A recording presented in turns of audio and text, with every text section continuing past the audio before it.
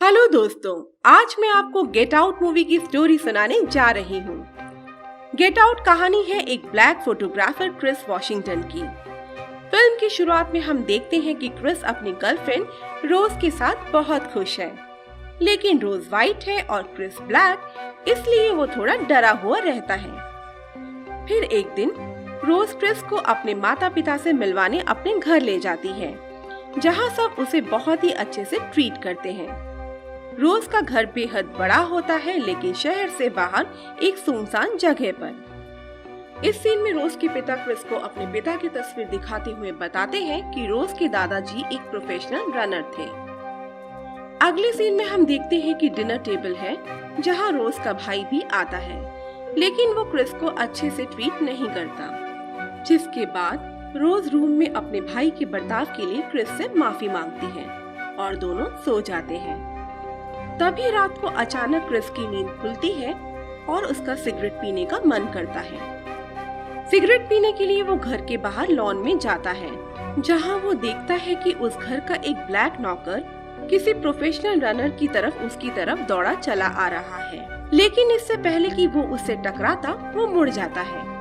Chris को उसका यह बर्ताव थोड़ा अजीब सा लगता है और वो घर के अंदर चला आता है, जहां उसकी मुलाकात होती है रोज की माँ से। वह वहां चाय पी रही होती है और इसी बीच रोज की माँ उसे हिप्नोटाइज कर देती है। वो कहती है कि उसकी सिगरेट पीने की आदत छूट जाएगी। इसके अगले ही सीन में हम देखते हैं कि क्रिस किसी ऊंची जगह से नीचे गिर रहा है। तभी उसकी नींद खुल जाती है और वो देखता है कि वो एक रूम में है। उसे लगता है कि उसने कोई सपना देखा है। अगली सुबह उसे वहीं नौकर मिलता है, जो रात को उसकी तरफ दौड़ा चला आ रहा था। वो नौकर उससे उसके बर्ताव के लिए माफी मांगता है, लेकिन क्रिस को पता चलता है कि रात को जो भी हुआ वो सपना नहीं, हकीकत थी, क्योंकि उसकी सिगरेट पीने की लत भी छूट गई थी। अगले सीन में हम देखते हैं कि रोज के घर में पार्टी चल रही है। तभी एक बूढ़ा कपल क्रिस के पास आता है और उससे हाथ मिलाते हुए कहता है कि उसकी ग्रिप बहुत अच्छी है। साथ ही उससे पूछता है कि क्या वो गोल्फ खेलता है, जिस पर वो मना कर देता है। इसके बाद उस बूढ़े की पत्नी बताती है कि उसका पति कभी गोल्फ प्लेयर था। इसके बाद हम देखते हैं कि रोज क्रिस को एक बूढ़े कपल से मिलवाती है और वो क्रिस की फिजिकल अपीयरेंस को देखकर बहुत खुश होता है। अगले सीन में हम देखते हैं कि क्रिस तस्वीरें खींच रहा होता है। तभी उसे वहां पहली बार एक जवान लड़का नजर आता है, जो ब्लैक होता है। क्रिस उससे मिलने जाता है, लेकिन क्रिस को उसका बर्ताव भी बहुत अजीब सा लगता है, क्योंकि वो एक बूढ़े इंसान की तरह बात कर रहा था। तभी वहां एक वाइट औरत आती है और वो लड़का बताता है कि यह उसकी पत्नी है। क्रिस यह देखकर चौंक जाता है, क्योंकि वो उस लड़के से बहुत बड़ी होती है, मानो उसकी दादी हो। तभी वो लड़का कुछ बूढ़े लोगों के ग्रुप में जाता है और वो अजीब सा बिहेव करता है। वो घूम घूम कर सबको अपनी बॉडी दिखा रहा होता है, जो क्रिस को अजीब लगता है।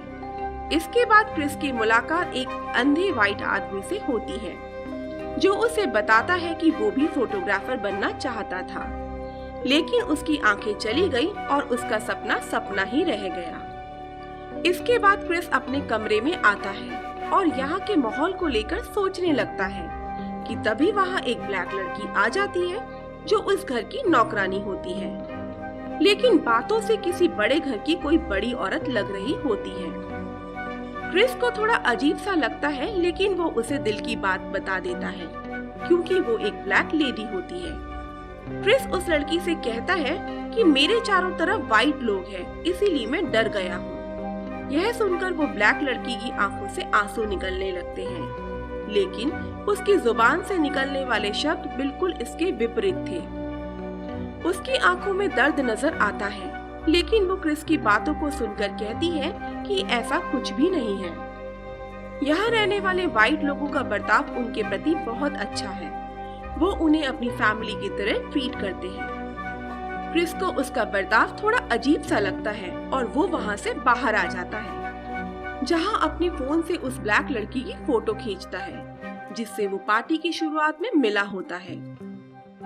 लेकिन उस लड़के की आंखों में फ्लैश चमकते ही वो शांत हो जाता है और ऐसा लगता है कि मानो उसकी पर्सनालिटी चेंज हो गई हो। थोड़ी देर बाद वो क्रिस से कहता है गेट आउट। बाकी लोग आकर उसे रोकते हैं और क्रिस से दूर ले जाते हैं। अगले सीन में रोज के पिता क्रिस के पास आकर कहते हैं कि शायद उस लड़के को कोई दौरा आया था, जिसके बाद वो क्रिस की फोटो की नीलामी करने लगते हैं, जिसे वह अंधा आदमी खरीदता है जो कभी फोटोग्राफर बनना चाहता था। वहीं हम देखते हैं कि क्रिस उस लड़के की फोटो अपने एक फ्रेंड को भेजता है, जो उसे बताता है कि वो इसे जानता है। इस लड़के का नाम एंड्रिया है, लेकिन उसे बताता है कि यहाँ वो लड़का किसी और नाम से उससे मिला है। जिसके बाद क्रिस का दोस्त पुलिस के पास जाता है और उनसे कहता है कि उसे लगता है कि क्रिस ने जो फोटो उसे भेजी है यह उसी लापता एंड्रिया नाम के लड़के की ही है, लेकिन पुलिस उसकी बातों पर यकीन नहीं करती। अब सीन एक बार क्रिस पर फिर से शिफ्ट होता है, जो वहाँ से जाने की तैयारी कर रहा होता है। तभी उसे कमरे की एक अलमारी खुली दिखती है, जिसे पूरा खोलकर वो देखता है कि उसके अंदर रोज की कुछ तस्वीरें हैं। इन तस्वीरों में वो कुछ ब्लैक लड़कों के साथ है। इन फोटोज में वो ब्लैक लड़का भी है जो इस घर का नौकर है, और साथ ही में वो लड़की भी है जो इस घर की ब्लैक नौकरानी है। इन फोटोज को देखकर वो समझ जाता है कि यह सभी ब्लैक लड़के रोज के बॉयफ्रेंड हैं। लेकिन उसे अजीब लगता है, क्योंकि रोज ने उससे कहा होता है कि वो उसका पहला ब्लैक बॉयफ्रेंड है। क्रिस तभी यहाँ से जाने लगता है और रोज का भाई उसके सामने आ जाता है और उस पर हमला कर देता है। तभी रोज की माँ एक चम्मच को चाय के कप से टकराती है, जिसकी आवाज सुनते ही क्रिस को ऐसा लगता है मानो वो किसी और दुनिया में जा रहा है। अगले सीन में हम देखते हैं कि क्रिस को होश आता है और वो देखता है कि उसे एक चेयर से बांधा हुआ है। तभी उसके सामने रखी एक टीवी अपने आप ऑन हो जाती है और उसमें नजर आता है एक बूढ़ा आदमी। यह बूढ़ा आदमी रोज के दादा होते हैं। वो कहते हैं कि उन्होंने एक नई तकनीक बनाई है जिससे इंसान हमेशा अमर रह सकता है। दरअसल इस तकनीक में किसी भी इंसान का दिमाग निकालकर किसी दूसरे इंसान में फिट कर देते हैं। इसके बाद स्क्रीन में वही चाय का कप और चम्मच नजर आता है और एक बार फिर वही आवाज आती है, जिससे क्रिस बेहोश हो जाता है। इस बार जब क्रिस को होश आता है तो वो देखता है कि टीवी स्क्रीन पर वही अंधा आदमी है जिसने उसकी तस्वीर को खरीदा होता है। वो आदमी उसे बताता है कि उसका ब्रेन ट्रांसप्लांट होगा और उसके दिमाग को क्रिस के दिमाग में फिट कर दिया जाएगा। वो आदमी उसे यह भी बताता है कि यह पूरा प्रोसीजर 3 स्टेप में होगा, जिसके बाद उसकी बॉडी पर उसका कंट्रोल हो जाएगा और क्रिस का अस्तित्व किसी और दुनिया में कहीं गुम हो जाएगा। इस सीन में हम देखते हैं कि क्रिस चेयर से रुई निकाल रहा होता है। तभी वहाँ आवाज आती है और क्रिस बेहोश हो जाता है। इसके बाद सर्जरी के लिए रोज का भाई उसे लेने आता है और जैसे ही वो उसके हाथ खोलता है, क्रिस उस पर हमला कर देता है। इस सीन में हमें पता चलता है कि क्रिस ने अपने कानों में रुई डाल ली होती है, जिसके कारण उस पर उस आवाज का कोई भी फर्क नहीं पड़ता। इसके बाद क्रिस उस रूम से निकल जाता है और एक एक करके क्रिस के पिता उसकी माँ को मार डालता है और कार लेकर वहाँ से निकलने लगता है। तभी कार के सामने उस घर की ब्लैक नौकरानी आ जाती है और बेहोश हो जाती है। क्रिस उसे भी अपनी कार में बैठा लेता है, क्योंकि उसे पता था कि वो लड़की भी एक विक्टिम है। दरअसल इस लड़की के अंदर रोज की दादी का दिमाग होता है, इसीलिए उसकी बॉडी पर भी उसका ही कंट्रोल होता है। तभी हम देखते हैं कि उस ब्लैक लड़की को होश आ जाता है और वो क्रिस पर हमला कर देती है।